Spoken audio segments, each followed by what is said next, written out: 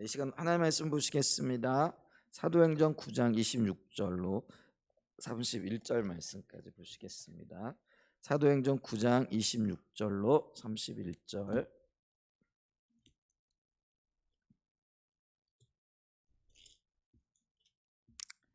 네, 한번 제가 봉독하도록 하겠습니다. 사울이 예루살렘에 가서 제자들을 사귀고자 하나 다 두려워하여 그가 제자됨을 믿지 아니하니 바나바가 데리고 사도들에게 가서 그가 길에서 어떻게 주를 보았는지와 주께서 그에게 말씀하신 일과 다메섹에서 그가 어떻게 예수의 이름으로 담대히 말하였는지를 전하니라. 사울이 제자들과 함께 있어 예루살렘에 출입하며 또 주 예수의 이름으로 담대히 말하고 헬라파 유대인들과 함께 말하며 변론하니 그 사람들이 죽이려고 힘쓰거늘 형제들이 알고 가이사랴로 데리고 내려가서 다소로 보내니라. 그리하여 온 유대와 갈릴리와 사마리아와 교회가 평안하여 든든히 서가고 주를 경외함과 성령의 위로로 진행하여 수가 더 많아지니라. 아멘. 네, 우리 지금 사도행전을 쭉 살펴보고 있고요. 이제 9장에 이르러 있습니다. 근데 이 9장은 사도행전에 있어서 굉장히 중요한 어떤 전환점을 이루는 그런 그 말씀들이 이렇게 기록이 되어져 있는 것들을 이렇게 보죠. 그 중에 하나가 이 9장이 이제 사도 바울의 회심이 담겨져 있고요. 그리고 이 사도 바울의 회심을 기초로 해서 이제 하나님께서 행하고 계신 일에 중대한 전환점이 오고 있는 것을 우리가 봅니다. 우리가 알고 있듯이 하나님께서는 이렇게 주도권을 잡고 일하고 계시잖아요. 주도권을 잡고 일하고 계신다라고 했을 때에 그럼 어떤 일들을 하고 계시느냐 했을 때에 이제 그게 사도행전 1장 8절에 나타나 있습니다. 그래서 성령이 임하시면인데 성령이 오셔서 하나님의 어떤 역사들을 주도적으로 하시겠다라는 그런 의도가 담겨져 있죠. 그러면은 예루살렘과 온 유대와 사마리아와 그리고 땅 끝까지 이르러 내 증인이 되리라 이렇게 말씀하고 계시죠. 이제 그랬을 때에 하나님께서는 이 성령의 인도를 통해서 이제 두 단계로 일하고 계시는데 그 하나가 뭐냐면은 예루살렘과 어, 어, 예루살렘과 온 유대와 사마리아 이 지역이 하나님의 의도 가운데 복음으로 충만하기를 원하시는 거죠. 근데 사도 바울의 회심이 바로 이 그 하나님이 그 계획하셨던 첫 번째 단계의 어떤 그 복음이 평만하게 또 증인된 자들의 삶을 통하여 그 하나님의 역사가 이루어지는 것에 어떤 그 뭐랄까요? 종결이라 그럴까요? 그러니까 어느 정도 이루어졌고 어느 정도 성취되어졌다라는 것들을 선언하게 하십니다. 그러면서 이 사도 바울의 등장으로 인하여 이제는 땅 끝까지 이루고자 하시는 하나님의 계획이 이제 새롭게 진행되어질 거라라는 것들을 우리에게 제공해주고 있다라는 것이죠. 그래서 이 사도행전 9장은 사도 바울의 등장과 함께 하나님께 새로운 역사를 이루시고 계시다라는 것과 또 그 주도권을 잡고 계시는 그 역사들이 이제 새로운 국면에 들어서고 있다라는 것을 보여주고 있는 이제 그런 장이라는 것이죠. 그래서 오늘도 26절에 보게 되어지면은 이제 사울이 회심을 하게 되어지죠. 그리고 이제 즉각적으로 그가 화학적인 변화를 겪으면서 예수님을 전하는 자로 섭니다. 근데 그럼에도 불구하고 아직 사도 바울이 완전히 주님의 의도대로 준비되어진 건 아니죠. 근데 열정이 앞서고 그 열정을 가지고 복음을 전하려고 하는데 여기 이제 충돌이 일어나게 되어지는 거죠. 왜냐하면 예수님을 박해하는 입장에 있었던 그가 어느 날 갑자기 변했다라고 하는데 이게 이제 어떤 면에서는 과연 진정성이 있는지, 과연 그가 정말로 변했는지, 양쪽에서 다 어떤 면에서는 의구심이 드는 거죠. 그러니까 먼저 예수를 믿었던 기독교인 그리스도인들의 입장에서 보게 되어졌을 때는 이 사람이 회심은 했다고 하는데 정말로 회심은 했는지 이게 이제 의심의 눈초리로 볼 수밖에 없죠. 왜냐하면 많은 박해와 핍박에 앞장섰던 사람이기도 하잖아요. 이제 또 한편으로는 어, 그 그리스도인들을 박해하는 자가 어, 변심을 해가지고 그러니까 유대교의 입장에서 보면은 변심을 해가지고 변호하는 자로 이렇게 가게 된 거죠. 그래서 우리가 어떤 변절자를 보는 어떤 입장은요, 참 편치 않죠. 그래서 유대교의 그 교인들의 입장에서 보게 되어질 때는 또 사도 바울의 이 변절이 굉장히 괘씸한 거죠. 그러니까 어떤 면에서는 사도 바울은 사면 초가예요. 어, 기독교인들로부터도 의심의 눈초리를 받고 있는 거고, 또 이 유대교인들은 또 이게 괘씸해 가지고 사도 바울을 집중적으로 공격하고, 심지어는 사도 바울을 죽이고자 하는 이제 그런 어떤 모임을 결성까지 했던 것들 우리가 보게 되어지잖아요. 이제 그런 와중에 이제 굉장히 심각한 갈등들이 이제 일어나게 되어지는 거죠. 근데 이 갈등들이 일어나면서 그 갈등들의 해소를 위해서 30절에 보면은 형제들이 알고, 그러니까 이 갈등이 극대화되어지고 있는 그런 상황 속에서 그를 가이사랴로 데리고 내려가서 다소로 보내는 거죠. 근데 그가 다소로 내려가게 되어지면서 한 10여 년 가까이 뭐라 그럴까, 역사 속에서 사라진 듯한, 그러니까 어떤 면에서는 잠잠한 그런 어떤 일들이 진행이 되어지죠. 그러니까 어떤 면에서는 역사 속에서 사라졌지만은 하나님께서는 그를 다소에서 지금 뭐라고 계신 거예요? 연단하고 훈련하고 하고 이렇게 준비시키고 계신 거죠. 그러니까 사도 바울이 준비되어지기까지 이제는 팔레스틴 지역입니다. 이 팔레스틴 지역이라는 거는 예루살렘과 유대와 사마리아 이 지역을 가리키는 거죠. 근데 이곳에 하나님의 의도하신 의도들이 거의 이루어졌다라는 것이죠. 이제 근데 사도 바울이 새로운 분란거리였어요. 이 분란거리가 일어났는데 이제 그가 가이사랴를 거쳐 가지고 다소로 가게 되어지면서 그 분란거리들이 해소되어지면서 이제 그곳에 평안이 임하는 그런 은혜가 있게 되어진 걸 보죠. 그래서 31절에 보면 이렇게 얘기를 하잖아요.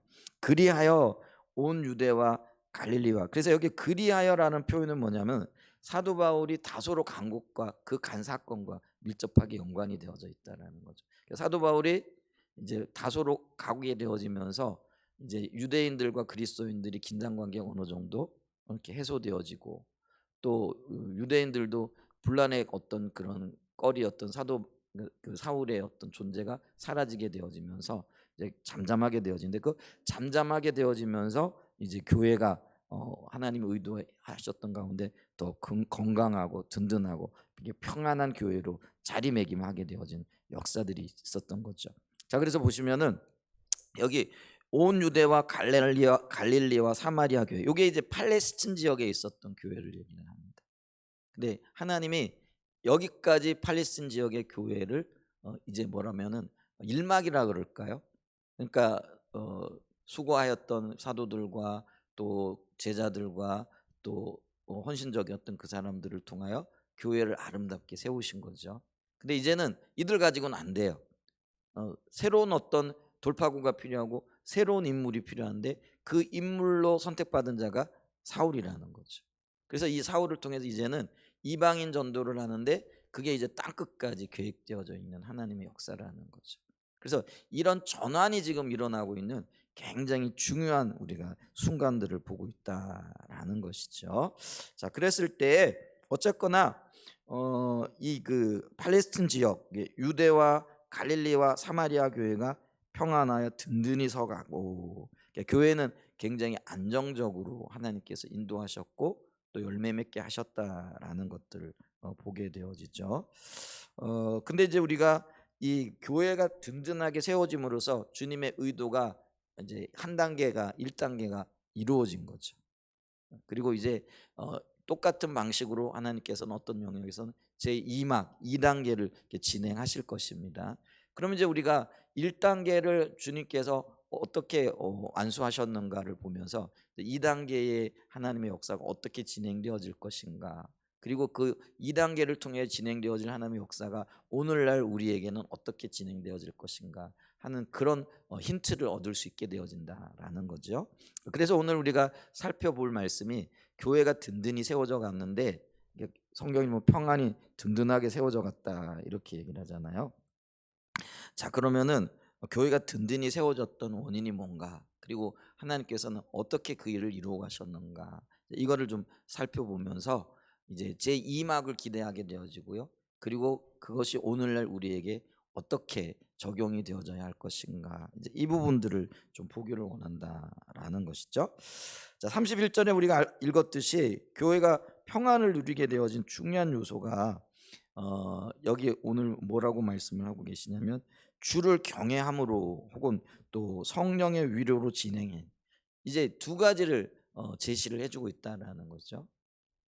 그러니까 오늘 31절 말씀을 통해서 교회가 평안하고 든든히 세워져 가는, 이게 든든히 세워져 갔다라는 이 말은요, 그 건물이 이렇게 아름답게 세워지듯이 교회가 건강하고 튼튼하게 세워졌다라는 그런 의미가 있는데, 근데 이렇게 세워졌던 두 가지 이유를 뭘로 보고 있다라고요? 주를 경외하는 그들의 믿음과 또 하나는 뭐예요? 성령의 위로를 통하여 그런 일들이 일어났다라는 거죠. 자, 그러면은 이 두 가지가 의미하는 것, 그리고 그 배후에 있는 어떤 그런 그 전제되어져 있는 원인들, 이제 이런 것들을 좀 보기를 원합니다. 자, 그래서 전체적인 주제는 교회가 든든히 세워진 원인이 무엇이었을까? 아까 말씀드렸듯이 두 가지 있다라 그랬잖아요. 근데 나타나지 않는, 그러니까 여기에는 설명되어져 있지 않지만은 그 배경에 있는 원인들이 있다라는 거죠. 근데 그게 뭐냐면은 첫 번째로 우리가 살펴볼 건데요. 첫 번째로 교회가 든든히 세워졌던 원인이 뭐냐라고 했을 때, 이 박해와 고난을 오히려 믿음으로 극복하고 이겨내었던 사도들과 제자들의 헌신이 있었다라는 것이죠. 교회가 세워지기 위해서는요, 고난과 핍박 가운데에서도 오히려 그거를 믿음으로 극복해내는 믿음의 사람들이 헌신이 있어야 된다라는 그런 의미이기도 해요.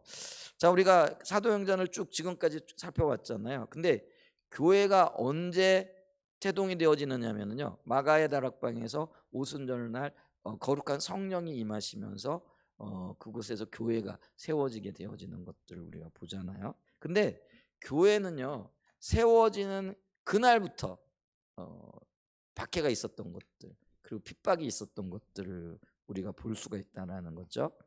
사도행전 2장 13절입니다. 그러니까 마가의 다락방에 오순절 거룩한 성령이 임하시고, 그래서 그들이 방언을 말하고 놀라운 어떤 일들이 일어났을 때에 어떤 일들이 있었느냐면은 사도행전 2장 13절이죠.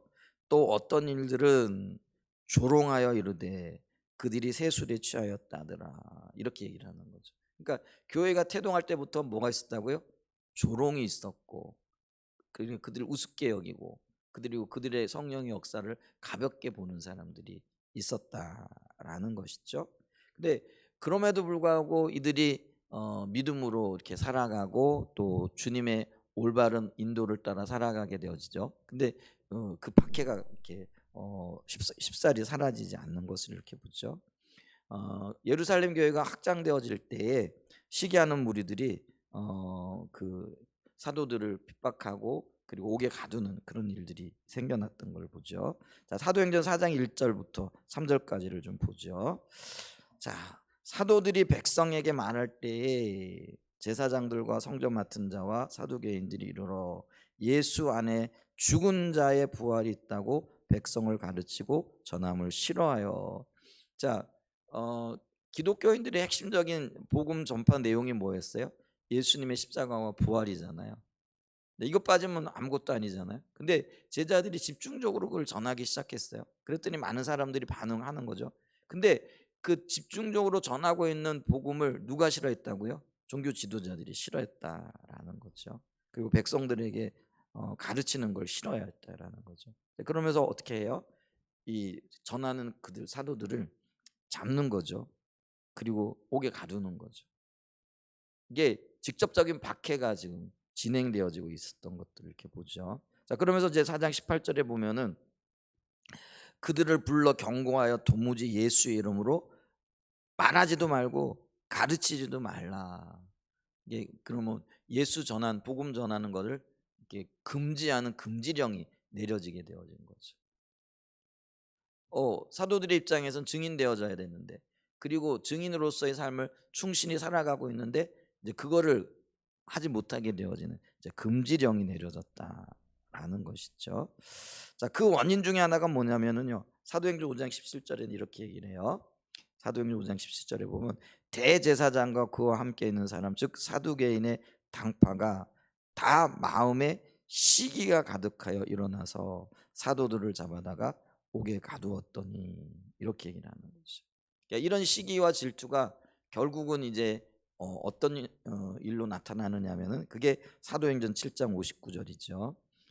사도행전 7장 59절에 보면 그들이 돌로 스데반을 치니 스데반이 부르짖어 이르되 주 예수여 내 영혼을 받으시옵소서. 그래서 극기하는 복음을 전하고 있는 스데반을 잡아다가 설교하고 있는 그에게 돌을 던져 죽이는 그런 일들이 있었다라는 거죠. 근데 이 일을 사도행전 8장 1절에 보게 되면은요, 사울은 그가 죽임 당함을 마땅히 여기더라. 그날에 예루살렘에 있는 교회에 큰 박해가 있어서 사도 외에는 다 유대와 사마리아와 모든 땅으로 흩어지니라. 이게 제가 몇몇 구절들을 보면서 교회의 박해의 어떤 역사들을 지금 언급을 하는 거죠. 그러니까 이 예루살렘 교회는요, 태동하자마자 조롱과 멸시 혹은 온갖 박해들을 겪으면서 심지어는 사도들 중에 야고보 사도가 먼저 죽죠. 그다음에 또 집사 중에는 스데반 집사님이 먼저 순교를 당하죠. 그러니까 온갖 종류의 어떤 그런 이 박해들이 그들 가운데 있었다라는 거죠. 그러니까 많은 고난이 그러니까 휘몰아쳤다라는 것들을 우리가 볼 수 있다라는 거죠. 근데 놀랍게도 이런 고난과 박해에 대해서 사도들과 그를 따랐던 예수님을 따랐던 제자들은 결코 굴복하지 않았던 모습들을 볼 수가 있죠. 근데 그 굴복하지 않는 그들의 결연한 의지 속에는요, 어떤 마음 자세가 있었냐면 이제 그게 사도행전 5장 29절에 나타나는 거죠. 사도행전 5장 29절에 보면 베드로와 사도들이 대답하여 이르되 사람보다 하나님께 순종하는 것이 마땅하니라. 그들의 그 결연한 의지 속에는 뭐가 있었다라는 거예요? 사람들이 아무리 박해하고 반대하고 또 그것 때문에 잡히고 감옥에 갇히고 심지어는 죽는 일이 있다라고 할지라도 하나님이 증인된 삶을 살으라라고 말씀하셨다라는 거예요. 그게 말씀이고 그 약속이 있었다라는 거죠. 그렇기 때문에 그들은요, 박해보다도 하나님의 말씀에 순종하는 것이 훨씬 더 소중하고 가치가 있는 일이라는 것들을 마음에 새기고 있었다라는 거죠. 그리고 실제로 그런 말을 하고 그런 고백을 하고 또 그렇게 살아갔다라는 거죠. 5장 41절에도 이렇게 얘기를 해요. 자, 그런 자세가 있었기 때문에요, 사도들은 그 이름, 누구의 이름입니까? 예수님의 이름을 위하여 능력받는 것. 고난 정도가 아니죠. 능력이라는 건 말 그대로 짓밟히는 걸 얘기를 하는 거죠. 참 놀라운 자세라 이렇게 얘기를 할 수가 있죠. 그래서 이 능력 받는 일에 합당한 자로 여기심을 기뻐하면서 공의 앞을 떠나갔더라. 이게 참 놀라운 일입니다. 예수 전하다가 고난을 받는데 내가 그 일을 예수 전하는 그 일에 고난 받는 자로 쓰임 받는다는 사실이 오히려 기쁘다라는 거예요. 여러분들 어떠세요? 예수 믿다가 반대하는 자들 때로는 뭐 얼굴 붉히며 뭐 이렇게 오는 분들도 있잖아요. 근데 그 일을 보면서 참 기분 나쁘다 뭐 이렇게 반응을 하세요? 아니면 나 같은 사람을 통해 가지고 예수 이름 때문에 어떤 때는 그 욕을 먹게 하고 어떤 때는 손해를 보게 하고 어떤 때는 또 감당하지 못할 어떤 이야기를 듣게 하는 이런 것들이, 야, 어떻게 나 같은 사람을 쓰셔가지고 이런 일들을 하지? 나도 쓰임을 받네. 이렇게 반응을 하십니까? 아니면은 오늘 되게 뭐랄까요? 일진 사나운 뭐 이런 날로 취급을 하시느냐라는 거죠. 근데 사도들은요, 예수를 전하는 그것 때문에 어떤 욕을, 이게 능력이라는 게 보통 말이 아니잖아요. 그런 일을 겪으면서도 이 일에 내가 쓰임 받았다라는 게 그게 감격스럽고 기쁜 거예요. 내가 주의 일을 주님을 전하다가 주님 때문에 욕을 먹을 수 있다라는 게 얼마나 크고 아름다우냐라는 거죠. 그래서 이런 생각을 가지고 있는 분들은요, 주님의 이름으로 혹은 주님 때문에 겪는 그 고난이 오히려 기쁨인 거예요.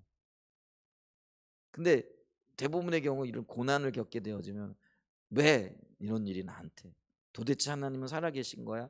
일하시는 거야? 역사하시는 거야? 뭐 이런 어떤 불평과 불만의 마음이 일어나잖아요. 그런데 이 사도들은 그렇지 않았다라는 거예요. 나 같은 사람이 주님의 일에 동참할 수 있고 주님의 일에 동참했는데 그것 때문에 욕을 먹는다? 야, 이게 하나님께 영광이지. 오히려 감사하지. 이런 자세와 태도들이 있었다라는 거죠. 그러니까요, 실질적인 박해가 있게 되어지면서요, 그들은요 이 박해를 무릅쓰고 오히려 복음을 전하는 일에 더 열정을 가지고 열심을 했더라라는 거죠. 그게 이제 사도행전 8장 4절이에요. 사도행전 8장 4절에 보면은 스데반의 그 박해로 인하여 뿔뿔이 흩어지게 되어진 그 장면이잖아요. 그래서 8장 4절에 그 흩어진 사람들이 어떻게 했다고요? 오히려 위축되어지고 오히려 야, 이거 힘들다, 그만해야지, 이게 아니고요, 두루 다니면서 복음을 더 적극적으로 전하게 되어지는 일들이 일어났다라는 거예요. 그러니까 그 결과가 바로 사마리아 교회가 세워지는 역사들이, 그게 이제 사도행전 8장에 나와 있는 이야기들이잖아요. 여러분, 그래서 있잖아요, 오늘 사마리아, 그러니까 이 팔레스틴 지역의 교회를 얘기를 하는 거야. 그러니까 예루살렘에서 시작해 가지고 유대로, 그리고 그게 경계를 넘어 또뭐 편견을 넘어 가지고 사마리아 지역에까지. 근데 이 사마리아가 사실은 그 같은 지역이잖아요. 그러니까 이게 우리가 통칭해 가지고 팔레스틴 지역이라 이렇게 얘기를 할 수 있다라는 거죠. 그러니까 그 모든 지역에 교회가 세워지고 하나님의 뜻이 이루어지게 되어지는 계기들이 마련이 되어졌다라는 것이죠. 그리고 이제는 그 교회들이 평안하고 든든히 세워졌다. 마치 건물이 골조를 올리고 튼튼하게 세워져 가지고 제 역할을 감당하듯이 교회들이 이제 하나님의 인도하신 가운데 건강하게 자라나고 든든하게 세워져서 하나님이 맡기신 일들을 잘 감당할 수 있는 상태가 되어졌다라는 그런 의미라는 거예요. 근데 그렇게 되어지기까지 뭐가 있었다라는 거예요? 이런 온갖 순환과 박해가 있었음에도 불구하고 그들은 전혀 그 박해 가운데 굴복하는. 우리는 조그만 어려움이 있으면 이게 그만해야 되겠다. 내가 복음 전하다가 어려움을 겪어요. 그러면은 더 열심히 전해야지 생각을 합니까? 아니면 에이, 이제는 그만 와야지, 그만 전해야지, 이제 뭐 전도지 뿌리는 거 혹은 뭐 복음 전하다 욕을 얻어 먹으면 뭐 내가 뭐가 아쉽다고 이런 생각이 들잖아요. 근데 그게 굴복이라는 거죠. 그게 이제 어떤 면에서는 쉽게 포기하는 거라는 거예요. 그것도 위축되어지는 거잖아요. 그런 일들이 일어날 수 있는 거죠. 그런데 전혀 굴복하거나 위축되어지지 아니하고 오히려 더 적극적으로 복음을 전하는 열정을 가졌다라는 거죠. 그러면서 그들은요, 고난과 박해 가운데에서 오히려 그 십자가의 복음과 부활의 능력을 실제적으로 경험케 되어지는 역사들이 있었다라는 거죠. 그러면서 그들은요, 이 복음이 살아계신 인격체 되신 예수 그리스도 그분인 걸 알고요, 그분을 경험하는 거죠. 그래서 그분을 전할 때에 실질적으로 하나님의 놀라운 은혜와 능력으로 함께 하시는 것들을 삶에서 경험하게 되어지는 거죠. 그러니까 이 박해나 고난 뭐 이런 것들이 두려움이 아니라요, 오히려 하나님의 더 놀라운 역사들을 경험하게 되어지는 재료들이 되어질 수 있었다라는 거죠. 그래서 우리가요, 어떤 영역에 있어서 이 복음을 전하는 자로 부름을 받았습니다. 근데 주의 일을 감당하고 복음을 전하는 그 일 때문에 박해가 있을 수도 있고 조롱이 있을 수도 있고요. 또 다른 사람들의 어떤 몰이해, 그러니까 이해받지 못하는 이런 것들이 있을 수 있더라는 거죠. 오늘날 이렇게 보면은요, 복음 전하는 것 때문에 물론 방법에 어떤 문제가 있을 수도 있겠지만은 오히려 같은 그 믿는 사람들도 이해하지 못하는 것들이 있죠. 예를 들면 이제 뭐 길거리에서 시끄럽게 복음을 전하면은 물론 이제 방법의 문제일 수 있지만 어떤 사람들은 뭐 저렇게 유난을 떨어야 돼. 근데 그렇게 욕하는 사람들이 누구예요? 안 믿는 사람들일 수 있지만은 같이 믿는 사람들이 그런 욕을 할 수도 있더라는 거예요. 그러니까 이제 방법이 다른 거죠. 어떤 사람들은 오늘날로도 예수천당 뭐 그 뭐죠, 불신지옥을 외치는 분들이 있을 거고, 어떤 분들은 부지런히 뭐 전도지를 뿌리고 또 우리처럼 우리 뭐 뭐죠, 물티슈 뿌리고 물티슈 전해주고 이런 방법을 할 거예요. 근데 어떤 사람들은 야, 오늘날 그렇게 복음 전해가지고 되냐? 그렇게 전하니까 사람들로부터 오히려 뭐 거부를 당하는 거고, 그리고 사람들이 싫어하는 방법을 쓰니까 오히려 더 그 어려움을 겪는 거지. 이렇게 이제 근데 그렇게 말하는 사람들이 일반인들 그러니까 안 믿는 사람들이기도 하지만 교회 안에 있는 사람들일 수 있다라는 거죠. 근데 그런 이야기를 들려주면 우리는 쉽게 위축되잖아요. 근데 그 위축되어져 버리면 어떻게 됩니까? 그냥 하나님을 경험하지 못하게 되어지는 거죠. 근데 그럼에도 불구하고 물론 지혜가 필요하기도 하지만 성령의 인도를 따라서 우리가 주님이 비추신 그 일들을 어떤 위기, 어떤 고난 가운데도 넉넉히 감당해 나가면서 우리는 그 가운데에서도 위로하시는 하나님. 이제 이게 성령의 위로가 성령의 은사하고 성령의 역사와 굉장히 밀접한 관계가 있는 것들이잖아요. 그래서 역사하시는 하나님을 만나게 되어질 거라는 것이죠. 아멘. 이제 그러면서 우리는요, 이 고난이라는 눈에 보이는 환경이 아니고요, 그 고난이라는 환경 뒤에 역사하시는 진리가 되시는 예수 그리스도의 의중과 의도를 발견하게 되어지는 거라는 거죠. 그러니까 이 사도들과요, 그때 당시에 주님을 따랐던 제자들은요, 그러니까 박해라는 환경만 봤으면 포기가 되어야 되는 거잖아요. 근데 그 박해라는 환경 뒤에 역사하시는 하나님의 의도가 뭐냐라는 거예요. 하나님의 목적이 뭐라는 거예요. 하나님이 이걸 통해서 어떤 일들을 이루기를 원하시냐라는 거죠. 그걸 알았다라는 거예요. 하나님과의 인격적인 관계 속에서. 아멘. 그러니까 이걸 알게 되어지면요, 포기할 수가 없는 거죠. 그래서 포기하지 아니하고 오히려 믿음으로 그걸 극복하고 나갈 때에 놀라운 열매들이 맺혀진 거예요. 근데 그 놀라운 열매가 뭐예요? 오늘 여기 우리가 읽었던 것처럼 유대와 온 유대와 갈릴리와 사마리아 교회가 어떻게 됐다고요? 평안히 든든히 서가고, 이게 이들의 열매였다라는 거죠. 그리고 이게 하나님의 일차적인 어떤 목표였어요. 그래서 성령이 너에게 임하시면 예루살렘과 온 유대와 사마리아, 그 다음에 땅 끝으로 가게 되어지는 거죠. 이제 이 목적이 일차적으로 이루어진 거예요. 열매로 거두어진 거예요.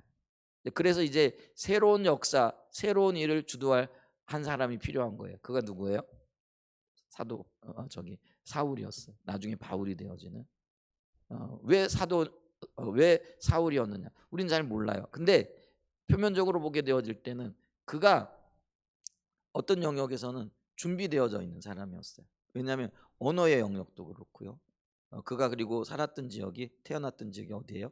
다소예요. 그러니까 이방 지역이었다라는 거죠. 근데 그가 교육을 받았던 곳은 또 어디예요? 유대 예루살렘에서 교육을 받았다라는 거죠. 그러니까 오늘날로 얘기하면은요, 복음을 전하는데 그 선교사님 2세들 있잖아요. 그들은 그 지역의 문화에도 익숙하고 이 땅의 문화에도 익숙한 거예요. 그러니까 효과적으로 전할 수 있는 거죠. 그래서 이제 선교사 2세들이 오늘 복음을 전하는데 굉장히 유익한, 그리고 굉장히 준비되어져 있는, 언어 문제도 해결되어지고 문화적인 차이도 이해하고 이제 그런 어떤 여러 가지 이점들이 있잖아요. 그래서 적합하다라고 이렇게 생각을 하는 거죠. 근데 딱 그 조건에 들어맞는 사람이 사울이었다라는 거죠. 그래서 어떤 면에서는요, 박해하는 자였지만은 그럼에도 불구하고 하나님이 그를 찾아가셔서 부르시는 거죠. 이제 우리는 다 이해하지 못해요. 하나님의 의도가 뭔지는. 근데 우리가 결과를 보고 열매를 볼 때 사도 바울의 열정과 헌신을 통해 가지고요, 유럽이 복음의 교두보가 놓여지고 세계 선교의 초석이 다져진 것들을 우리가 볼 수 있잖아요. 네, 그것을 우리가 볼 수 있다라는 거죠. 근데 어쨌거나 오늘 우리가 이 본문의 말씀을 보게 되어졌을 때에 그 교회가 든든하고 평안하게 설 수 있었던 이유는요, 온갖 고난과 박해 가운데에서도 믿음으로 헌신했던 믿음의 사람들의 수고가 있었다라는 거죠. 그게 교회를 세우는 든든한 기초가 되어졌다라는 거죠. 그다음에 이제 우리가 두 번째로 볼 수 있는 게 뭐냐면요, 주를 경외함이 있었다라는 거죠. 오늘 여기 본문이 증거해주고 있는 것이죠. 그래서 31절에 뭐라고 얘기를 해요? 든든히 서갔는데 그 이유 중에 하나가 주를 경외함이 있었다는 거죠. 자, 그럼 이 주를 경외했다라는 게 뭘까라고 했어요. 이 주는 키리오스잖아요. 로드라는 건데 말 그대로 주인이라는 그런 의미고요. 그리고 초대교회 성도들은 예수 그리스도를 주로 고백했던 것을 보죠. 이게 복음의 핵심 중에 하나가 이겁니다. 그 초대교회 성도들은요, 그때 당시에 일반적으로 그 로마 세계의 사람들은요, 로마의 황제를 그들의 주로 인정했다라는 거예요. 적법한 통치자로 인정했다라는 거예요. 근데 초대교회 성도들은요, 어떻게 했다고요? 예수 그리스도가 그들의 적법한 통치자요 왕이 되신다라고 고백을 했다라는 거죠. 근데 주를 고백하되 어떻게 고백했느냐면 경외함으로 가지고 있었다라는 거예요. 어떤 이 경외함이란 말은요, 헬라어로는 포보스라는 단어인데요, 이게 공포심이라든지 두려움이라든지 놀람이라든지 경악이라든지 공경이라든지 존경이라든지 이제 이런 의미가 이게 복합적으로 표현되어지는 단어예요. 근데 이제 이들이 예수 그리스도를 이런 어떤 경외의 대상으로 보고 또 주인으로 모셔드렸다라는 그런 의미가 되어진다라는 거죠. 그래서 이 팔레스타인의, 그러니까 여기 온 유대와 갈릴리와 그리고 사마리아의 교회 성도들, 또 초대교회 성도들은요, 날마다 우리를 살피시고 우리의 마음을 감찰하시는 어, 그 주인이 되신 예수 그리스도를 기억하고 정말로 그를 존중하고 공경하고, 그 존중과 공예가 어떤 면에서는요, 그 굉장한 어떤 공포 표현이 좀 그래요. 근데 우리가 부르는 뭐 공포 영화의 그 공포를 얘기하는 거예요. 그 경외심에 극에 이르게 되어질 때 느끼게 되어지는 어떤 그런 두려움이라는 거죠. 그런 두려움을 가지고 살아갔다라는 거죠. 자, 이런 경외감을 가지고 살아가게 되어질 때 나타나는 현상이 뭐냐면요, 그들의 삶이 자기 중심적인 삶이 아니라 철저하게 하나님 중심적인 삶을 살게끔 되어진다라는 거죠. 그리고 이 그 하나님 중심적인 사람들의 삶에서 나타나는 특징 중에 하나가 뭐냐면요, 말씀에 대한 순종이라는 거죠. 그러니까 그들은요, 예수님의 말씀 그리고 하나님의 말씀이 자신들의 생명보다도 더 소중하게 느껴졌고 또 받아들여졌다라는 것들을 우리가 기억해야 된다라는 거죠. 그들은 그래서 이 말씀을 철저하게 소중히 여겼다라는 거죠. 그래서 그들은요, 성령이 임하시면은 예루살렘과 온 유대와 사마리아와 땅 끝까지 이르러 내 증인이 되라는 이 약속의 말씀을 붙잡고요, 그리고 이 말씀을 생명처럼 소중히 여기는 거예요. 그러니까 박해를 받았어요. 박해 때문에 뿔뿔이 흩어졌는데 힘들고 고단하다, 이게 아니고요, 오히려 복음을 전하는 증거와 기회로 삼았다라는 거죠. 근데 그게요, 그들의 삶이 자기 중심적인 삶이면요, 어쩌다가 우리 이렇게 그 이국에 이렇게 와가지고 고단한 삶을 살아야 됐냐? 이게 불평과 불만이 아니고 오히려 어떻게 했다라는 거예요. 그거를 복음을 전하는 중요한 계기와 기회로 삼았다라는 거죠. 이게 자기 중심적인 사람과요, 하나님 중심적인 사람의 차이가 되어진다라는 거예요. 그리고 이 하나님 중심적인 사람의 특징이 뭐라고요? 결국은요, 말씀을 얼마만큼 소중히 여기느냐라는 거예요. 그게 그러니까 주를 경외하는 사람들의 특징이라는 거예요. 그러니까 이 팔레스틴 지역의 교회 성도들은요, 말씀을 소중히 여기는 거예요. 존중히 여기는 거예요. 그래, 말씀이라면은요, 자기의 생각을 내려놓고 기꺼이 그 말씀 앞에 심지어는 자기의 생명까지도 드리겠다라는 그런 결단을 한 거죠. 그러니까 보세요, 여러분, 이러한 그 자기 중심적인 삶을 내려놓고 하나님 말씀 중심의 삶으로 혹은 하나님 중심적인 삶으로 전환되어진 사람들이 교회에 많이 모여 있어요. 그럼 그 교회는요, 안 세워지는 게 이상한 교회가 되는 거예요. 건강한 교회가 안 되는 게 이상한 거죠. 그러니까 말할 필요가 없는 거예요. 그러니까 교회 안에 이렇게 주를 경외하는 무리들은, 이 주를 경외한다는 게 다른 말로 하나님 중심적인 삶을 살아가는 삶이고요. 그 사람들에게 특징이 뭐라는 거예요? 그 사람들은 말씀 존중의 삶이라는 거예요. 말씀 존중의 삶을 살아가되 우리가 하나님 중심적인 삶을 얘기할 때 십자가 복음에서 세 가지 특징을 배웠잖아요. 그 특징이 뭐라고요? 철저하게 하나님 자원으로 살아가는 거죠. 하나님이 공급하시는 것으로 살아가는 거. 그다음에 뭐예요? 하나님의 목적을, 하나님의 뜻을 이루기 위해 살아가는 거. 근데 이 삶을 살아가되 하나님의 방법, 하나님의 기준으로 살아가는 거라는 거. 이게 주를 경외하는 사람들, 하나님 중심적인 사람들의 삶의 특징이었다라는 거죠. 그러니까 이런 사람들이 교회를 섬기고 있고 이런 사람들이 교회에 모여 있어요. 그러면 이 교회는요 안 세워지는 게 이상한 거예요. 그러니까 당연히 교회가 세워질 수밖에 없었다라는 것이죠. 그래서 이 여호와를 경외한다라는 것, 이게 우리의 삶의 근본이 되어지고 기본이 되어져야 되는 거죠. 그래서 이 성경에도 구약 성경에서부터요 시편에 보게 되어지면은요 111편 10절에 보면 이렇게 얘기를 해요. 여호와를 경외함이 지혜의 근본이라. 살아가는 모든 삶에 지혜라는 것이 지식을 뛰어넘어서 그 지식을 운영하는 것과도 관련이 되어지잖아요. 근데 이 모든 것들의 근본이라 이렇게 얘기를 한다라는 거죠.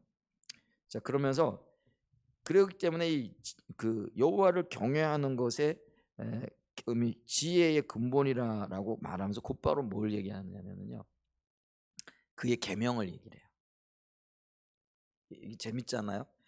여호와를 경외함이 지혜의 근본이라 이렇게 얘기를 하고 곧바로 지금 뭘 얘기하고 있다는 거예요? 계명. 그러니까 여호와를 경외하는 게 뭘로 나타나는 거예요? 계명과 관련되어진다. 이게 말씀인 거예요. 그러면 우리는 신약적인 의미에 보면 말씀이 육신이 되어 우리 가운데 오신 분이 예수님이잖아요. 그러면 말씀이 예수님이고 예수님이 말씀이라는 거예요. 그러면 예수님 당시에, 그러니까 복음서에서는요 예수님으로부터 직접 말씀을 들었어요. 근데 지금 시대는 성령님을 통해서 우리가 말씀을 듣는 거예요. 그죠? 그래서 비추시고 깨닫게 하시고 보여주시는 그 말씀이 경외의 대상이네. 그러니까 다른 말로 얘기하면 순종과 또 그 말씀을 따라 살아가고자 하는 그런 어떤 대상이 되어진다는 거예요. 그러니까 이제 경외하는 것과 말씀 순종이 연결되어지고 있다라는 것들을 기억해야 되는 거죠. 그러면서 여기 보면 그의 계명을 지키는 자는 다 훌륭한 지각을 가진 자니 여호와를 찬양함이 영원히 계속되리로다. 잠언에도요 1장 17절에 보면 같은 말씀이죠. 자, 여호와를 경외하는 것이 지식의 근본이거늘 이렇게 하면서 반대로 여호와를 경외하지 않은 자는 뭘 지혜와 훈계를, 이게 지혜와 훈계가 요게 그 말씀을 가리키는 거거든요. 그러니까 정확하게 지금 경외하는 것이 말씀을 지키는 거고 경외하지 않는 게 뭐라고요? 지혜와 훈계, 이거를 멸시하는 거라는 거죠. 그래서 우리가 이 여호와를 경외한다라는 것, 이게 어떤 의미인가 이런 것들을 우리가 기억해야 되죠. 그렇기 때문에 예수님께서도요 이 말씀대로 살고자 하는 열망을 가지고 계셨고 말씀대로 사는 것 때문에 많은 반대를 이렇게 받으시잖아요. 근데 그럼에도 불구하고 예수님은 사람들의 반대, 이게 중요한 게 아니라 말씀 순종을 통하여 그의 삶이 하나님의 칭찬과 하나님의 인정을 받는 것에 초점이 맞춰져 있었던 것들을 이렇게 봐요. 그래서 예수님도 요한복음 5장 41절에 보면은요, 나는 사람에게서 영광을 취하지 아니하노라 이렇게 얘기를 하는 거죠. 여기서 영광을 취한다라는 게 뭐예요? 칭찬을 받는다라는 그런 의미예요. 그러니까 예수님은 철저하게 하나님이 보내셨고 그 보내심의 뜻을 따라 살았다라는 얘기죠. 다시 말씀드린다면 하나님의 의도와 의중과 계획을 따라 살아갔다는 건데, 그건 다른 말로 하면 말씀에 의지하고 말씀을 따라 살아갔다라는 그런. 근데 말씀을 따라 살아가다 보니까요 사람들이 예수님을 비난하게 되어지는 거죠. 근데 그랬을 때 예수님은 뭐예요? 나는 사람의 비난보다도 하나님의 영광, 하나님의 칭찬을 듣기를 원한다. 말씀 따라 살아가길 원한다라는 거죠. 그래서 아까 우리가 베드로 사도도 그런 고백을 하잖아요. 내가 하나님 앞에서 당신들의 말을 듣는 것이 옳은지, 하나님의 말씀을 따르는 것, 하나님께 순종하는 것이 옳은지, 그게 나는 하나님께 순종하는 그런 삶을 살기를 원한다라는 고백이 되어지잖아요. 그러니까 이게 결국은 하나님을 경외한다라는 거는 철저하게 하나님 중심적인 사람으로서 말씀에 순종하는 삶을 살아가기를 원한다라는 거죠. 그래서 이렇게 말씀을 순종하며 살아가는 사람들은요, 철저하게 하나님께 의존하는 거예요. 여러분, 어린 아이들이요, 그 엄마를 의존하잖아요. 엄마 없으면 못 살겠다고 얘기를. 지금 주한이 어디가 있나 모르겠는데, 지금은 없네. 어디 따로 놀고 있네. 독립했나 봐요. 아, 자요? 거기 자고 있어요? 근데 있잖아요, 이 주한이, 그러니까 아이들은요, 철저하게 엄마를 의존하잖아요. 음, 그 아주 지난번에 한 1년 됐나? 그때 주한이 할머님이 돌아가셨을 때 주한이를 이제 좀 이렇게 따라가면 주한이도 힘들고 엄마도 힘들고 그러니까 이제 교회로 이렇게 데리고 온 적이 있어요. 장례식이 이제 가야 되는데, 근데 이제 차에 타고 데리고 오는 순간부터 울기 시작하는데, 우는 이유가 뭐냐면 엄마한테 데려다 달라는. 근데 엄마는 지금 멀리 가 있는데, 근데 여기 와가지고 몇 시간 있는데요, 몇 시간 내내 우는 거예요. 그러니까, 주한이는 이제 그때는 그런 거예요. 엄마 없이는 못 살겠다라는 거죠. 철저하게 엄마를 의존하는 거죠. 그러니까 있잖아요, 믿음의 사람들은요, 하나님 중심적인 사람들은요, 이 주한이가 엄마를 찾듯이 주님을 찾아야 돼요. 그게 철저하게 하나님을 의존하는 사람이에요. 그러니까 그렇게 의존하는 사람은요, 무엇을 하든지 간에 말씀대로 살고 주님의 이름으로 살아가는 거예요. 그게 어떤 일을 해도 그게 주님의 일을 하는 거예요. 그래서 그게 우리가 사도행전 3장 6절에 보면은 베드로가 성전 미문으로 걸어가다가 40년 된 그 장애인을 보잖아요. 근데 그 장애인이 우리가 살펴봤지만은 뭘 좀 얻을까 해가지고, 근데 나를 보라 그러니까 베드로를 쳐다보잖아요. 근데 베드로가 그를 고칠 때도 뭐라고 얘기를 해요? 은과 금은 내게 없거니와, 이렇게 얘기잖아요. 내게 있는 것으로 내게 주노니 나사렛 예수 그리스도의 이름으로 일어나 걸으라고 오른손을 잡아 일으키니 발과 발목이 곧 힘을 얻고, 이렇게 얘기를 하는 거예요. 그러니까 하나님 중심적인 사람은 뭐예요? 무엇을 행하든지 간에 주님을 의존해서 해요. 그러니까 철저하게 예수 그리스도의 이름, 예수 그리스도의 말씀, 예수 그리스도 안에서 일들을 행해가는 거예요. 아멘. 그게 주를 경외함의 의미라는 거예요. 근데 오늘 그러면 우리는 주님을 믿는다고 살아가고, 우리가 당연히 우리의 신앙이 하나님 중심적인 신앙이 되어져야 된다라고 고백을 하는데, 그 의미는 얼마만큼 우리가 하나님을 의존하고 있느냐라는 거예요. 내가 결정을 내릴, 또 어떤 새로운 어떤 것들을 하건 어떤 일을 감당하든지 간에 철저하게 내가 주님을 의존하고 주님의 뜻을 따르고 있고 그 말씀에 순종하며 살아가고 있느냐라는 것이죠. 그래서 베드로도 아까 우리가 읽었던 사도행전 5장 29절에 다시 한번 읽어드리면요, 베드로와 사도들이 대답하이로되 사람보다 하나님께 순종하는 것이 마땅하니라. 이게 주를 경외함의 의미라는 거예요. 그러니까 우리는 그 팔레스틴 지역의 교회들이 든든히 세워졌다. 근데 그 세워진 이유를 그 팔레스틴 지역의 성도들이, 제자들이, 또 사도들이 주를 경외했다라는 거.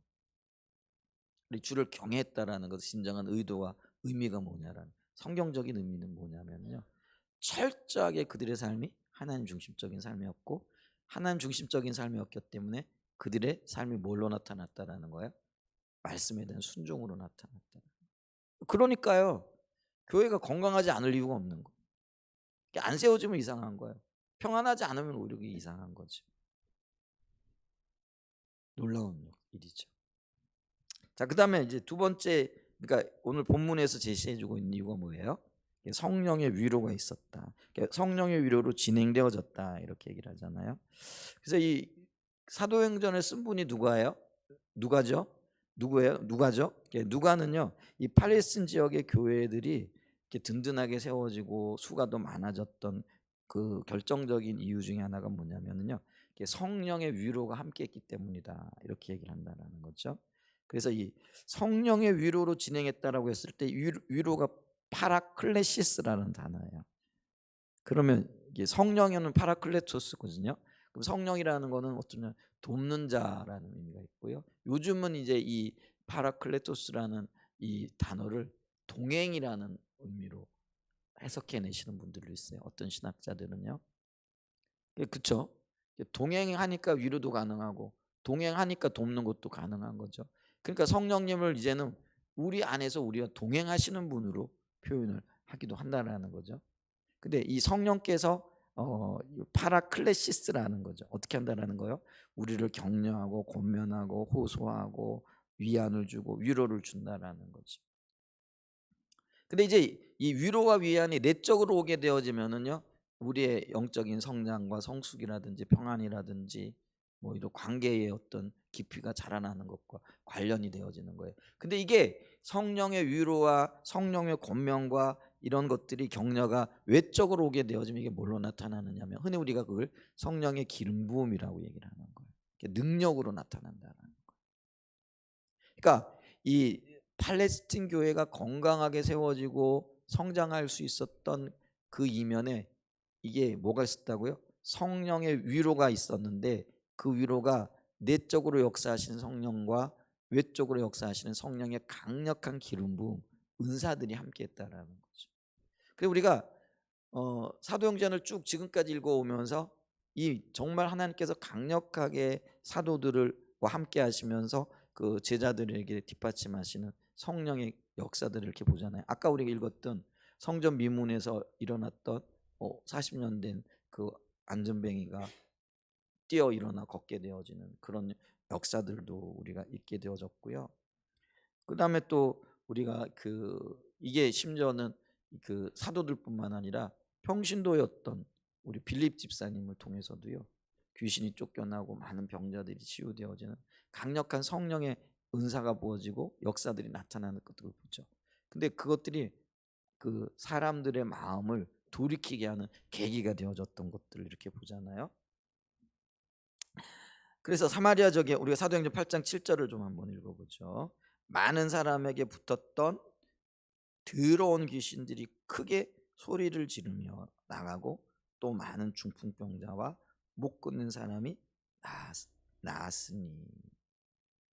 또 우리가 사도행전 9장 17절에도 우리가 보잖아요. 아나니아가 사울을 전도하는 장면 중에 하나예요. 사도행전 9장 17절과 18절에 보게 되어지면은 아나니아가 떠나 그 집에 들어가서 그에게 안수하여 이르되 형제 사울아 주 곧 내가 오는 길에 나타나셨던 예수께서 나를 보내어 너로 다시 보게 하시고 성령으로 충만하게 한다 하시더니 18절 같이 읽어볼까요?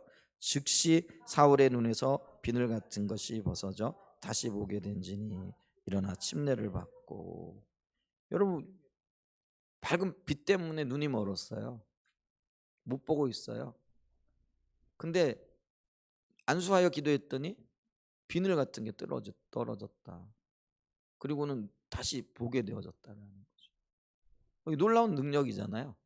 이게 이제 성령의 역사고 성령의 기름 부음이라는 거예요. 그러니까 교회가 든든하게 평안하게 세워지는데 어떤 면에서는 필수 불가결한 요소인 거죠. 그 중에 하나가 뭐예요? 성령의 기름 부음이 나타나야 된다는 거예요.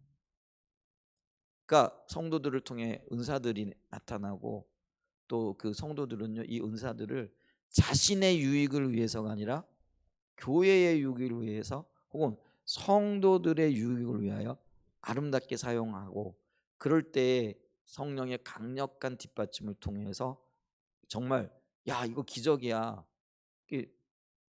소경이 눈을 뜨고 안전뱅이가 일어나고 이제 또 더 나가게 되어지면은요 우리가 이제 오늘 사도행전 그 9장 32절로부터 보게 되어지면은요 베드로 사도를 통해 어떤 일이 일어나는 거죠?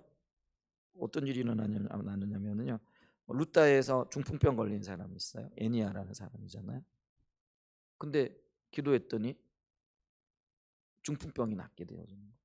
여러분 중풍병이라는 것들이 참 이게 복합적인 병이 신경도 근육도 뭐 하여간 그런데요. 그게 낫게 되어지는 거예요. 심지어는 요바에서 다비다라는 도로가라는 여인이잖아요. 근데 그 여인이 죽었어요. 근데 베드로를 청하여 기도했더니 어떤 일들이 일어나는 거죠? 그 죽은 여인이 살아나는 거죠. 이게 보편적인 일은 아닙니다. 그러니까 교회가 세워지고 하나님의 역사가 일어나는 어떤 목적을 이루기 위하여 하나님은 이 일들을 행하고 계신다라는 거예요. 그러니까 교회 안에 이런 강력한 성령의 뒷받침, 그러니까 성령의 위로가 있어야 된다라는 거예요. 그럼 이런 일들이 일어나기 위해서 우리가 어떻게 해야 되느냐라는 거. 주님을 찾아야 되는 거죠. 주님을 알아야 되는 거죠. 아는 만큼 우리가 주님을 누릴 수 있게 되어지는 거잖아요. 그러니까 우리 주님은 치유하시는 하나님이라는 것과 또 기도하는 자들의 기도를 들으시는 하나님이라는 것과 자연의 모든 질서를 초자연적으로 바꿀 수 있는 분이라는 것. 그게 이제 주님에 대한 신뢰잖아요. 이런 신뢰가 있어야지 죽은 자를 위해 기도하는 거죠. 여러분 베드로를 청하여 기도했는데 베드로가 주님에 대한 신뢰가 없으면은 기도할 수 있겠어요? 저 보고 돌아가신 분인데 좀 이렇게 살아나실 수 있도록 기도해 주세요. 그러면 제가 어떻게 대답을 할까요? 아니, 돌아가셨는데 우리 장례나 잘 치르죠. 이렇게 얘기하지 않겠느냐는 거예요. 베드로도 그럴 수 있었어요. 근데 그 베드로는요. 죽은 자를 살리시는 하나님의 능력에 대한 믿음이 있는. 그러니까 여러분 보세요. 베드로의 믿음과 제 믿음이 달라요. 베드로는요. 죽은 자도 살리시는 하나님에 대한 신뢰가 있는 그게 믿음인 거예요. 그러니까 있잖아요. 죽은 자를 놓고 기도하는 거예요. 그러면 병든 자를 놓고 위해 기도하는 거는요. 병든 자를 치유하시는 하나님에 대한 신뢰가 있는 사람만이 기도할 수 있는 거예요. 그게 없는 사람들은 기도 못 해요. 근데 그 믿음이 어디서 나오느냐? 주님을 아는 것만큼 그 믿음이 생겨난다라는 거예요. 그러니까 초대교회 성도들은요. 인격체 대신 예수 그리스도의 관계 속에서 그런 믿음이 있었다라는 거예요. 근데 오늘날 우리에는 그 믿음이 없는 거죠. 그러니까 기도를 안 하는 거예요. 그러니까 기도 안 하다 보니까 하나님을 경험을 못 하게 되는 거예요. 그러니까 점점 더 교회 안에 이런 일들이 사라진 거죠. 그러니까 우리가요. 제가 예수 처음 믿을 때만 해도 저는 70년대 말에 80년대 초에 80년인가요? 예수 믿었거든요. 근데 교회 가면은요. 진짜요. 어떤 분들은요. 암 걸렸잖아요. 그러면 병원에 안 가고 나는 그냥 병원 그 기도로 치유받겠다고 기도원으로 짐 싸들고 가는 분들이 계셨어요. 물론 이제 그들 중에 치유받은 분도 있고요. 어떤 분들은 돌아가신 분들. 그건 뭐 하나님의 어떤 근데 그렇게 할 수 있었던 근본적인 이유가 뭐예요? 하나님은 암도 치유하실 수도 있다라는 그 믿음이 있는 거예요. 누가 자기 생명을 가지고 도박을 하겠어요? 거기에 대한 하나님에 대한 신뢰가 있는 거예요. 그러니까 기도하면 하나님이 치유하실 거라는. 근데 이제 기도 응답에는요. 우리가 어제도 이렇게 집중적으로 얘기했지만 세 가지가 있잖아요. 내가 원하는 대로 들어주시는 것과 아니면 내가 원하는 대로 안 들어주시는 것과 그게 거절이잖아요. 그다음에 또 뭐가 있어요? 아직 때가 안 되었어요. 그러니까 잠시 기다려야 되는 거예요. 근데 여러분 거절도 기도 응답이에요. 근데 이 거절이 왜 기도 응답이냐면은요. 나는 거절 속에 담겨져 있는 하나님의 뜻과 의도를 몰라요. 그러니까 오히려 거절이 내게 더 유익할 수 있다라는 거예요. 근데 하나님 그걸 아시는 거예요. 그래서 하나님은 내게 가장 최선의 것들을 주시는 분인 거예요. 아멘. 그렇기 때문에 거절도요. 내가 볼 때는 이게 나쁜 거지만 하나님이 나를 보실 때는 내게 가장 좋은 거예요. 그러니까 최선이시라는 거예요. 아멘. 그래서 그게 응답이 되어지는 거예요. 그러니까 예를 들면 어제 아까도 얘기했지만은 내가 암이 들었어. 나 병원 치료 거부하고 하나님 앞에 나가서 치료받을 거야 하고 나갔어. 근데 어떤 분들은 치료를 받았어요. 근데 어떤 분들은 치료를 못 받고 소천하셨어요. 근데 내가 원하는 거는 치료였지만 하나님은 뭘로 응답하시는 거예요? 아니야, 너는 이 땅에 있는 것보다 내게로 오는 게 더 좋은 거예요. 여러분 보세요. 내가 치유받았다고 그게 나중에 내게 유익이 되어질 건가? 아니에요. 그 얘가요. 히스기야예요. 히스기야가 죽게 생겼잖아요. 너 이제 죽어야 돼. 이게 하나님의 뜻이었어요. 근데 히스기야가요. 죽기 싫어. 그래가지고 그냥 막 울며불며 매달리거든요. 그랬더니 하나님이 응답을 하셨어요. 근데 그 응답의 결과가 뭐예요? 오히려 이스라엘이 하나님을 떠나게 되어지는 결정적이고 정말 중요한 역할을 한 므낫세가 태어나게 되어져요. 그러면서 정말 온 나라가 나락으로 가게 되어지는 그런 어떤 열매들을 거두게 되어지는 거죠. 그러니까 여러분, 내가 원하는 것이 다 유익이 아니에요. 나는 살기를 원했는데 아니야. 너는 내 곁으로 오는 게 더 좋겠어. 그게 내게 진정한 유익이 되어질 수 있다라는 거예요. 아멘. 그래서 여러분, 거절도 응답이에요. 우리가 근데 그걸 어떻게 할 수 있느냐? 하나님에 대한 신뢰, 하나님을 모르면은요 어떻게 거절이 응답이야?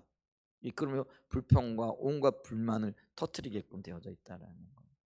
근데 주님을 알게 되어지면 주님은 내가 원하는 것이 아니라 내게 필요한 것을 주시는 분이구나. 그래, 거절도 하나님의 그 최선의 역사가 있는 거야. 이제 이렇게 받아들이게 되어지는 거죠. 아멘. 그러니까 있잖아요, 우리가 그 성령의 놀라운 역사를 우리의 삶 속에 경험하기 위해서는요, 주님을 찾아야 되고 주님과의 관계 가운데 있어야 되고 아는 것만큼 우리가 담대하게 나가는 거예요. 그러니까 주님이 죽은 자를 살리실 수 있다라는 강력한 믿음이 있는 자만이 죽은 자를 위해서 살아나라고 외치는 거예요. 베드로는 그 믿음이 있었던 거예요. 근데 그것도 점진적인 믿음을 통해서 믿음이 있었던. 그러니까 죽은 자를 위하여 기도해 주라고 할 때 우리 장사나 잘 치러 주십시오 이게 아니고요. 그를 위하여 살아나라고 영혼을 돌려달라고 기도하는 거예요. 그랬더니 도로가가 살아나는 거예요.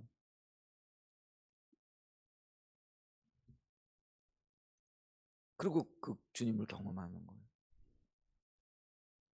근데 이 팔레스틴 교회에 그러니까 든든히 서갈 수 있었던 이유 중에 하나가 이 성도들이요, 그 믿음들이 있었다라는 거예요. 한두 사람뿐만이 아니고요, 대부분의 사람들이 그게 그들의 실제적인 믿음이었다라는 거예요. 그러니까 그들은요, 표현이 재밌잖아요. 성령의 위로로 어떻게 했다고요? 진행이라는 게 앞으로 나갔다라는 거죠. 그냥 어떤 일을 만났을 때 주저앉는 게 아니에요. 성령의 능력을 바라보고 성령께서 역사하실 것을 기대하고 성령께서 일하실 것을 구하며 그 위기 혹은 그 어려움들 이런 것들을 헤치고 진행했다라는 거예요. 앞으로 나갔다라는 거예요. 아멘. 그래서 이런 믿음이 토대가 되어져서 이 팔레스틴 지역의 그 교회가 든든히 세워지게 되어지고 평안히 세워지게 되어지고 주님이 보실 때 이제는 됐다라는 거예요. 그러니까 이제는 뭐예요? 다음 단계가 되는 거예요. 여러분 이게 다음 단계로 나가려 그러면요, 이게 첫 번째 단계가 되어져야 되잖아요. 근데 주님이 의도하셨던 게 뭐라고요? 예루살렘과 온 유대와 사마리아. 이게 팔레스틴 지역이라니까요. 그러니까 여기 오늘 보면 그래서 세 지역으로 의미하잖아요. 온 유대와 갈릴리와 사마리아. 여기 이제 유대 안에 물론 예루살렘이 들어가는 거잖아요. 갈릴리 땅 그리고 사마리아 땅. 이게 오늘날 얘기하는 팔레스틴 지역이라는 거죠. 그게 주님의 의도하신 바가 이루어진 거예요. 그러니까 이제 됐다. 다음 단계. 그럼 다음 단계를 주도할 내 일꾼이 누군가? 그게 주님이 보실 때 사울이었다는. 그래서 주님이 찾아오시는 거예요. 진행이 되어지는 거지. 아멘. 그래서 중요해요. 그래서 지금 팔레스틴 교회가 세워지는 데 있어서 세 가지를 볼 수 있다 그랬잖아요. 두 가지는 지금 본문에 나타나 있어요. 근데 이게 전제되어져야 되는 거죠. 이게 뭐예요?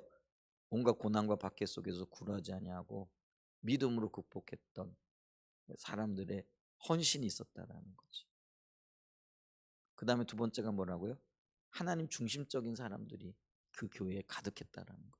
그 다음에 세 번째가 뭐라고요? 성령의 위로. 그러니까 성령의 그 기름 부음, 또 내적인 친밀함, 은사들 이걸 기대. 근데 그거를 기대하는 사람들에게는 뭐가 있어? 하나님을 아는 내밀한 하나님과의 관계가 있었다는 거. 이럴 때 교회가 세워지는 거예요.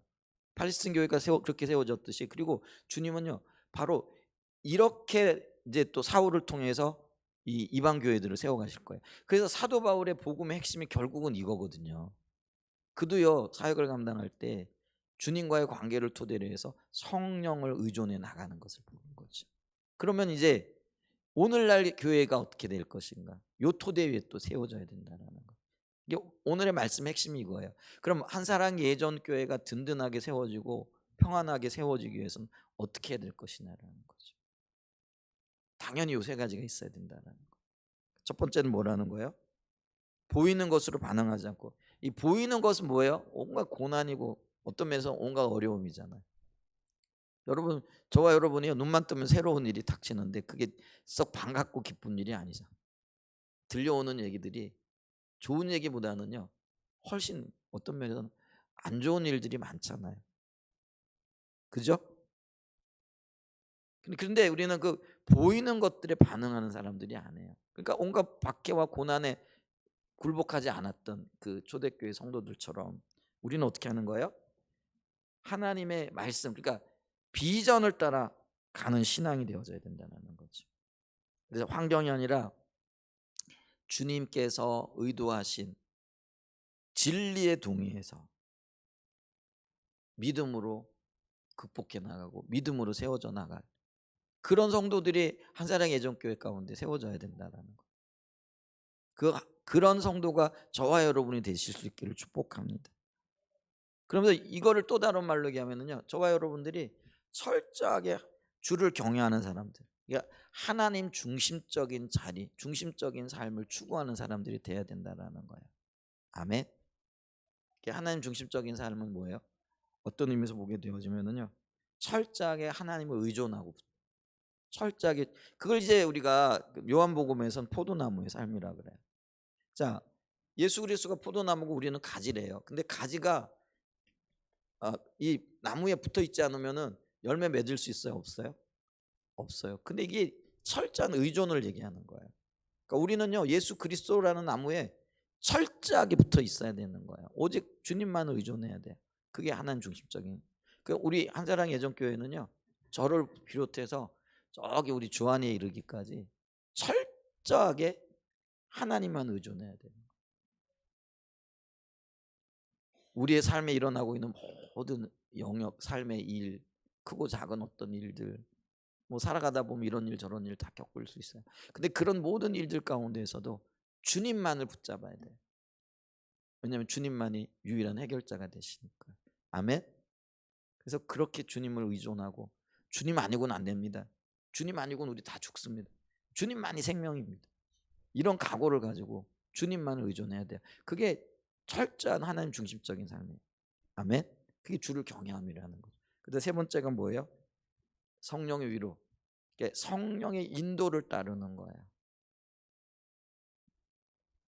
자, 성령의 인도를 따라갈 때 우리 하나님은요 하나님이 말씀하신 것만 뒷받침하시잖아요.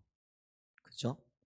그렇기 때문에 우리가 성령의 인도를 따라서 우리가 주님의 음성을 듣고 그리고 그 음성을 분별하면서 주님의 뜻을 이루어가게 되어질 때에 강력한 성령의 뒷받침이 있게 되어질 줄 믿습니다. 아멘. 그래서 우리 교회 안에 저를 비롯해서 우리 모든 성도들이 강력한 성령의 뒷받침, 은사들 이런 것들이 정말 하늘로부터 놀랍게 부어졌으면 좋겠어요. 그러기 위해서 여러분 사모해야 됩니다. 그리고 여러분 내가 그리고 그런 도전해야 됩니다. 아픈 분이 있으면은요 적극적으로 나서 가지고요 제가 기도해 드릴게요. 뭐 이렇게 해야 돼요. 근데 우리는 뒤로 빼잖아요. 뭐 병원 가시죠. 이러지 말고요. 아픈 분이 있으면 적극적으로 가지고 기도해 주세요. 그것도 은사잖아요. 그리고 뭐 어떤 일이 보여지면은요 적극적으로 기도하면서 해결해 나가세요. 그리고 적극적으로 도전해 나가야 돼요. 아멘. 그럴 때요 여러분, 그러니까 우리가 훈련되어지면 다듬어지는 거예요. 어느 날 갑자기 강력한 은사가 나타나는 게 아니에요. 여러분 엘리야가 어느 날 갑자기 850대 영적인 대결을 벌일 수 있는 그런 영적인 거장이 되어진 게 아니에요. 하나님께서 엘리야를 부르셔가지고요 엘리야기 처음부터 뭐라고 얘기를 하는 거죠? 너 저기 아벡에 와가지고 말해라, 비 안 내릴 거라고. 그래도 말하는 거 쉽잖아요. 얘기하고 도망가잖아요. 도망가가지고 어디 살게 하는 거죠? 그리 시냇가에 가가지고 내가 너 공급하는 대로 살게 해라. 이게 여러분 보세요. 이 엘리야의 삶도 보면은 여러분 하나하나 단계가 있어요.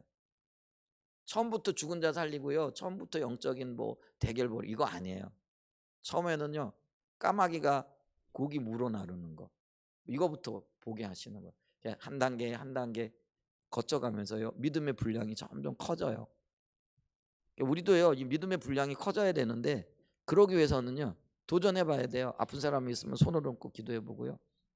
또 뭐 어떤 일이 있으면 우리 함께 기도해 봅시다. 그리고 이거 문제 해결해 주세요. 그러고 또 뭐 어둠들이 이렇게 느껴지면 예수 그리스도의 명하노니 물러갈지어다. 이런 것도 해 봐야 돼요. 아멘.